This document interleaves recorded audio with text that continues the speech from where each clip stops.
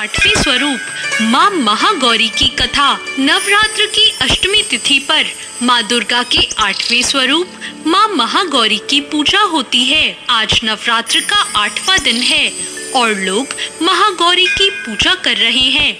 मान्यता है कि माँ का ये स्वरूप श्वेत वर्ण का है। कई घरों में नवरात्र की अष्टमी तिथि पर कन्या भोज कराया जाता है और इसी के साथ कई भक्त नवरात्र की अष्टमी तिथि पर ही व्रत का पारण करते हैं।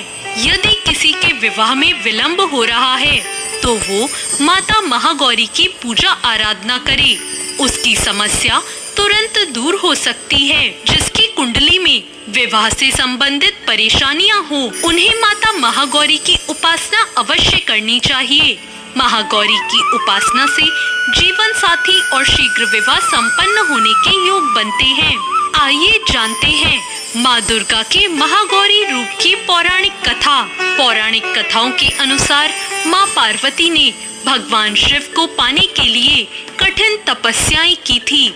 हजारों वर्षों तक माता ने अन्न जल ग्रहण नहीं किया था, जिससे उनका शरीर काला पड़ गया।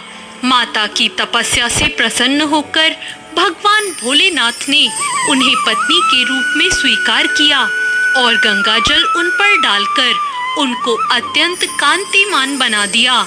इस वजह से माता पार्वती के इस स्वरूप को महागौरी कहा जाता है। मान्यता है कि माता के इस स्वरूप की पूजा विधिवत करने से सौंदर्य की प्राप्ति होती है और घर में सुख समृद्धि का वास होता है। पर महागौरी के वर्ण को लेकर एक अन्य कथा भी है, जिसके अनुसार माँ को अपना ये रूप ब्रह्मा जी के आशीर्वाद से मिला है। कालरात्रि के रूप में सभी राक्षसों का वध करने के बाद भोलेनाथ ने देवी पार्वती को काली कहकर चिढ़ाया। इस पर माता ने उत्तेजित होकर ब्रह्मा जी की कड़ी तपस्या की। ब्रह्मा जी ने देवी से प्रसन्न होकर माँ पार्वती को साक्षात दर्शन दिए और हिमालय के मानसरोवर में स्नान करने के लिए कहा, जिसके बाद माँ का शरीर दूध की तरह सफेद हो गया। माता के इसी स्वरूप को महागौरी कहा जाता है। माता महागौरी का स्वरूप बहुत ही उज्जवल, कोमल, श्वेत वर्ण और श्वेत वस्त्रधारी है।